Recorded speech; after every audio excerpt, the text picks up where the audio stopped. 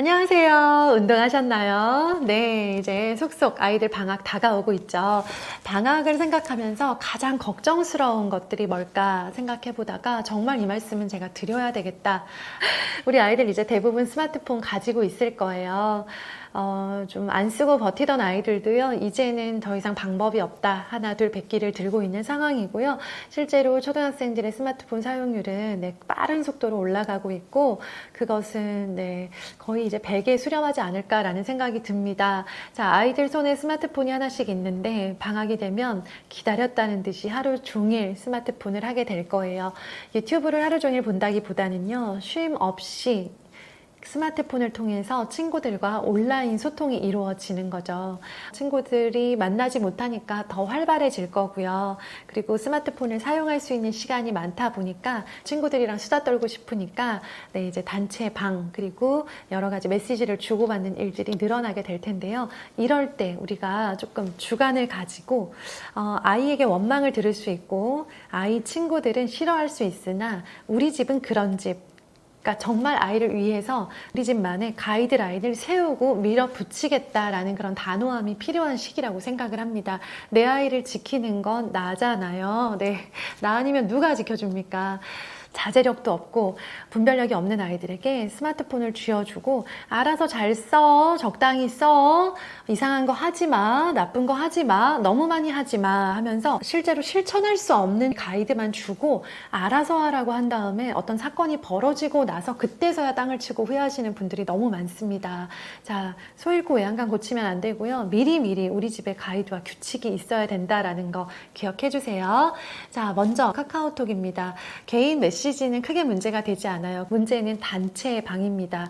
지금 여러 군데 단체 방에 아이들이 소속이 되어 있을 거예요.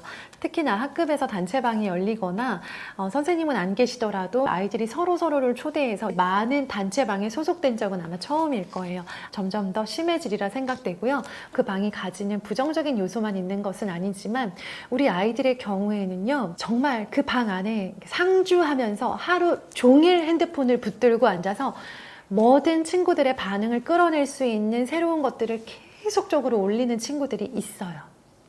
거의 방장 느낌이죠.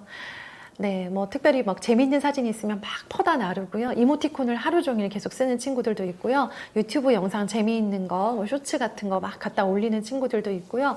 그런 것도 없으면 자기 혼자 크크크크크크 그냥 하루 종일 하고 있는 친구들이 있어요.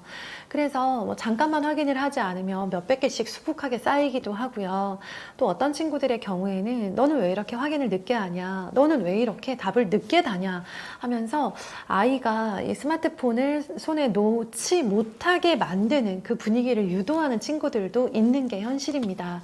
그러다 보니까 우리 아이가 그렇게까지 스마트폰에 막 목을 메고 스마트폰 사용 시간이 길지 않았던 아이임에도 어쩔 수 없이 친구들과의 소통이 많아지고 특히나 온라인에서의 소통이 많아지는 방학 중의 경우에는요, 아이가 거의 하루 종일 핸드폰을 붙잡고 살아야만 친구들이 보낸 소식에 늦지 않고 친구들에게 핀잔을 받을 가능성이 줄어들 만큼 우리 아이가 하루 종일 수많은 카톡에 시달리고 있다라는 거 기억해 주시고요.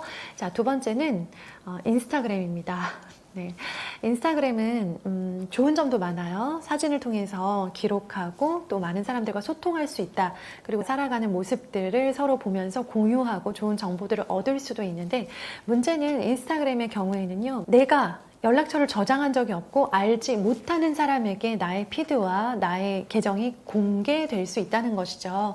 그러다 보면 아이가 의도하지 않게 어떤 알지 못하는 사람 그리고 어떤 나쁜 의도를 가진 사람에게 DM이라고 하는 다이렉트 메시지를 받을 수 있는 카카오톡과 다른 굉장히 큰 특징이 있는 거죠. 그러다 보니까 그 사람이 어떤 사람인지 어떤 의도로 접근했는지를 모른 채로 그 사람과 메시지를 주고받게 되는 경우들이 생겨요. 그래서 그게 실제 오프라인 모임으로 만나게 되는 경우도 있고요. 온라인 안에서 서로 막 이상한 사진을 주고받거나 링크를 주고받거나 하면서 본인들은 그냥 친구이고 소통한다라고 생각을 하지만 그게 어떤 위험에 노출되는 것일 수 있다라고 생각을 합니다. 자, 그래서 이 온라인 소통하는 두 가지 이 창구, 이것들을 사실은 지금 아이들 상황에서 끊을 수가 없어요.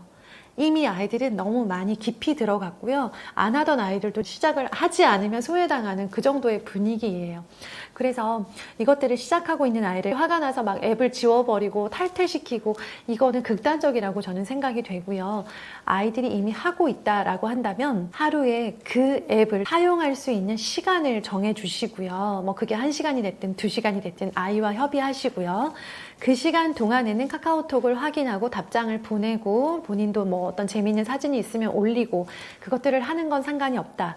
그 시간 동안 인스타그램에 피드를 올리고 다이렉트 메시지를 주고받는 것 이 정도까지는 괜찮다라고 하는 어떤 큰 가이드를 만들어 두시되 중요한 거 언제든 엄마가 궁금해하면 이것들을 엄마한테 보여줄 수 있어야 한다 라는 큰 원칙을 세워 놓으셨으면 좋겠다는 거예요. 적어도 초등이라면 부모님께 공개한다는 전제하에 스마트폰을 사용해야 된다라는 원칙 정도는 있으셔야 돼요. 아이들 비밀번호 걸어놓고 부모님 안 보여주시죠. 자, 그러면 어쩔 수 없네 라고 넘어가지 마셨으면 좋겠다는 거예요.